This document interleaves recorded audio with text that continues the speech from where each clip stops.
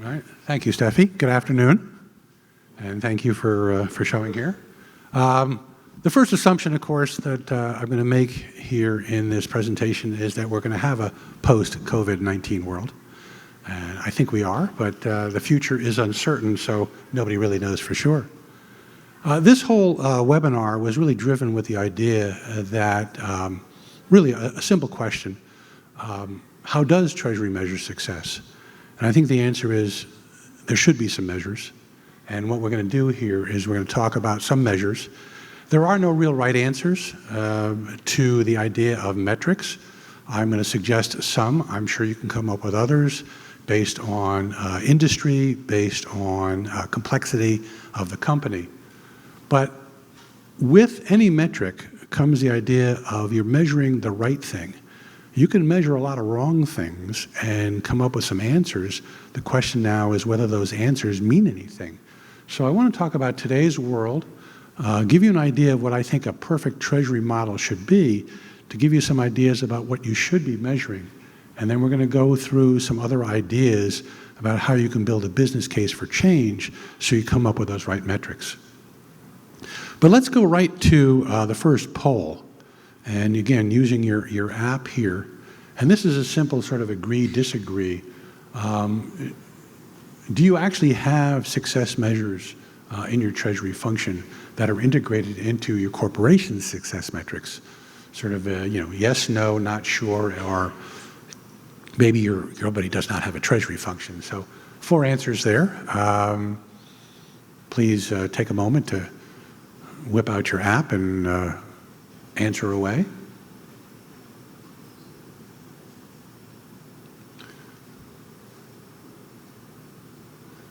I don't know, Steph, can you throw the answers up here, or? So I'll be announcing them right here. Okay. So far we have some 12 answers. So majority are saying agree, right? So we have a majority of agree, about 90%, disagree about a 3%, and then I'm not sure about 7%. Okay. So I think it's important to have some measures, but as I said before, when you're having measures, it's important to know what to measure. Now, in today's Treasury, most Treasury departments, and this is a very generic statement because in 18 minutes I don't have time to dissect the secrets of the universe. In most Treasuries, they're really worried about the bottom part of this triangle. It's more about cash accounting than it is cash management or risk management. And the difference is here that cash accounting is really transactional. And so transactions are easy to count. The idea of cash management and risk management, more difficult. So sometimes you're measuring the wrong things depending on where you are and how mature your Treasury is. I would argue that you do need metrics at all levels, but the metrics should be more skewed toward the top of the triangle. In other words, you should be doing more planning than processing. As we talked about the maturity of your Treasury, I'm borrowing here from an AFP survey that was done last year. They do these surveys about every 3 years about the strategic role of Treasury. And as you can see from this result, there's good news and bad news. The good news is, when you look at 2020 versus 2017, that the number of strategic treasuries has almost doubled in the last 3 years. That's good, except the number of strategic treasuries is only like 20 low percentage. So you're saying, wait a minute, in 3 years, I'm still dealing with less than almost 20% of my treasuries are strategic. What happens to the rest of Treasury?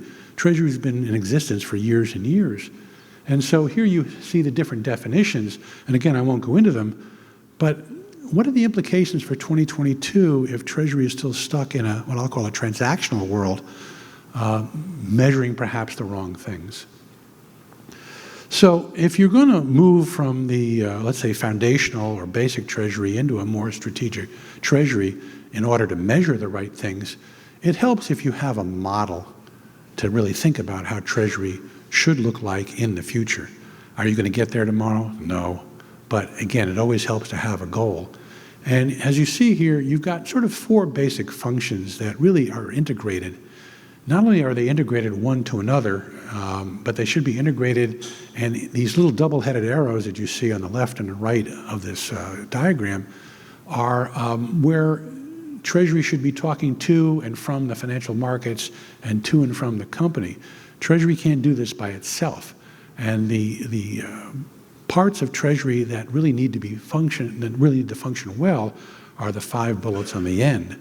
So as you start looking at this model, it might give you some ideas about what a good metric should look like.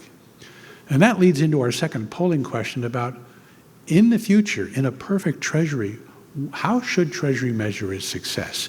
And again, here are some choices, obviously very broad, but I'd be interested in your opinions. So again, you whip out your app and maybe try to suggest which of those attributes you might want to measure to have a successful Treasury. And F, of course, is, well, something else. All right, so for our second poll here, if you can just put, how should Treasury measure its success? All right, so again, back to the HOVA app. And if we look at the answers, we will see, we have so far 10 answers. The majority are actually saying contribution to EBITDA is going to be the answer for how should Treasury measure its success. The rest are actually pretty even between the rest of the answers. Okay. The majority said contribution to EBITDA. Okay. That's interesting because I would not have guessed that one. EBITDA sort of is earnings before interest, taxes, depreciation, and amortization, which means that interest expense and even foreign exchange gains and losses don't seem to be applicable. And I would argue that that's not correct, but we don't have time to discuss that too well. I would like to suggest that we move to a model for the modern Treasury, and that Treasury become a strategic unit by shifting workload away from processing and more toward planning or forecasting. And again, there's a way to do that by becoming a little bit more proactive and really working with the operating units. I mean, at the end of the day, Treasury has very little impact on operating cash flow when you think about it. AP, AR, sales, what can Treasury do here? Not a lot. Treasury does not pick customers. Treasury does not pick vendors in most cases. There's obviously always exceptions. So when you're dealing with or price margins or sales, so operating cash flow is not something that's under the Treasury's direct control. There is more control when you start dealing with foreign exchange or exposure to the markets. The upper part of that triangle that I showed you earlier, Treasury can impact cash flow, but I'm not sure it can impact EBITDA. As you move to a modern Treasury, I think the kinds of metrics that you should be selecting are those that are really going to impact the cash flow statement. And that's why I think Treasury needs to really take charge of that statement. That's not to say that you can't support the operating units, especially when they start selling into exotic currencies, which increases the risk to the corporation. Maybe some suggestions could be helpful there. And again, I think the other thing that you should consider, of course, is that as you work with the operating units, how does that work on your own career approach? At the end of the day, as a Treasury unit, working in Treasury, what do you want to do going forward? So you want to be able to have metrics that lead to success so that on a personal level, perhaps you're trying for that CFO role, controller role, or even running a business unit. So working with someone on the other side of that desk is helpful. You help them, they help you, and that's always good for everyone. Here is a little bit of a chart that you can use going forward to build a business case for Treasury's success. I talked a little bit about on the other slide about what I'll call the 4 flows model. And the flows I'm talking about here really are workflows, cash flows, accounting flows, and information flows.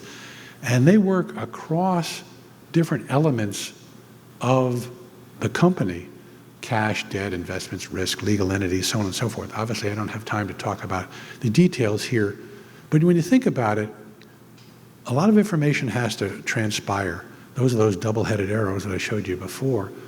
it's not all about accounting flows. I mean, one of my favorite expressions is that perfectly accounting for your foreign exchange losses is not a goal. The goal is to avoid the losses. And so you need information for that. And yes, accounting is important. So what's more important? I can't say that at the moment. This is why there is no perfect metric. So you have to have the accounting flows, the information flows, understanding the cash flows, especially, let's say, on an intercompany basis. And then there are the workflows. I mean, I love it when people say, well, everything reconciles. Yes, but there's 58 reconciling entries. Why is that? Well, because the workflows aren't really, well, that's part of the problem. That's why you have to reconcile so much stuff, which is why you're wasting corporate resources, because the workflows are not done well. It depends on what flows, where you are in this list here. Now, it helps if you have some modern tools. I mean, yes, you can chop down a tree with stone axes. It takes a little longer, and you'll probably hurt yourself. So having a good modern piece of Treasury technology is important. How that interacts with all these other parts, again, is important. And not to put in too much of a plug for High Radius, but as you saw this morning, their cash flow forecasting does something that shouldn't be rocket scientists, which is, hey, let's find out about our inflows and outflows by going to AR and AP. That's not rocket scientists, but yet it's very difficult to do if you aren't measuring the right things. So how do you change some of this stuff? How do you go from what I'll call the traditional Treasury, which is really sort of mired in the bottom part of that triangle I showed you earlier, to get to the top part? How much liquidity is enough? How much risk is too much? To build a business case for change, you really want to take a look at different areas within the company, and you can see those across the top, and perhaps come up with some benefits. The green ones are what I would call relatively easy to measure, and the orange ones are a little harder to measure. And again, all of the benefits that you get are not all in Treasury. So if you only think of, well, it only benefits my Treasury group, you're going to be missing the benefits for the corporation, and Treasury isn't going to be as successful as you think it should be. Again, the stars are where different people benefit from different things, and as you might suspect, a lot of these things are really integrated, so that, for example, the business units are really the ones generating the FX gains and losses, unless Treasury is going out there and speculating on where he thinks foreign exchange rates are going to be. You're trying to hedge something because you have exposures. The exposures are usually generated in the business units. Same thing with borrowing utilization. Treasury is not borrowing because it has nothing else to do. It's borrowing because cash flows are insufficient somewhere in the company. So if it can't make cash flow, operating cash flow, you have to buy cash flow, which is that you borrow. So you have to go back and forth and work together with other units in the company. So with all that, again, I know I'm doing this pretty quickly here. Here is what I call a starter kit for Treasury metrics. Here's a list of 10 of them here. Some of them are easy, some of them are hard, especially number 10. I don't think any non-financial corporation really does that. It is an issue here where you're going to have to come up with an understanding with your CFO and the business units, and perhaps even create a compensation plan that rewards people for generating, number 4, for example. And then you have to ask the question, well, these are great. I mean, you can come up with lots of metrics. How are you going to measure this stuff? Does your TMS measure any of these things? Because if it doesn't, then yeah, you could have a metric, but I wouldn't spend, tremendous amounts of effort doing this by hand, because you're going to spend all your time measuring things and not enough time thinking about what do I do if it's right or if it's wrong. Cash conversion cycles. As I was saying to one of the individuals here before, I mean, you think about it, the Titanic was able to see the iceberg. And they almost avoided it, but they didn't, because their cycle times to time to react was not fast enough. And so I don't think anybody wants to end up like the Titanic. So you need a system that has faster cycle times, for example. Anyway, see, these are some starter kits. How you measure these and whether they're right or not is something you want to consider. And I also have here, and I won't go through these because they're too long, but here is how you can go about doing that and start measuring the right things. Here's 5 things here, of which the first one is relatively easy. Rationalize your existing banking network. The last one here, serving as an internal consultant, very difficult because you're up against a corporate culture that may be entrenched to do things the way they used to do. And, I'm here for headquarters to help you. Ugh, you know what happens when you say that. So this is a very difficult thing to do. But again, these are issues that you can take up and along the way come up with some metrics that will make sense for your situation. So with that, now we're into the question part about whether I could help you maybe come up with a metric that makes sense for you guys. Questions? Jeff? Hey, Bruce, I answered the first survey, and what I didn't see there was free cash flow, or did I miss it? Not on the, see if I go back on the survey. I don't think, well, I had it here. You had it here, but it wasn't on your survey. No, I I think that's a very important measure, or is that, are you hearing companies really don't care about it? Well, I'll be honest, there was a survey done by a professor at Georgia Tech about 3 years ago. He took a look at all the 10Ks for the 425 companies, the S&P non-financial. Oh, I'm sorry, forgot about that. There was a survey that was done by a professor at Georgia Tech. He looked at all the 10Ks for the S&P non-financial companies. Only 1 in 4 companies talked about free cash flow. So I think, the answer to the question is, I think it's quite important, but a lot of companies do not. A lot of companies are so P&L oriented that cash flow is just not on the radar. And I think that is, I think that's a bad precedent. I suspect, and I asked them this question, I suspect that the more highly leveraged companies are more cash flow sensitive than what I'll call the low leverage companies. I mean, to put it, does Apple care about cash flow? Be honest, it probably does, but it's not its number 1 on its hit parade. It has so much cash. But other companies, the non-tech companies, heavily capitalized companies, I think that they should consider it more than they do. Being perfectly cynical, I think people don't care about cash flow because they're not rewarded for it. That's maybe a radical statement, but you get what you pay for these days. If it's not my bonus plan, I don't care. So maybe that's, but to answer your first question, if I didn't put it out there, that's probably an oversight on my part. Yes, sir. So you talked about the KPIs. Can you hear me? Oh, there we go.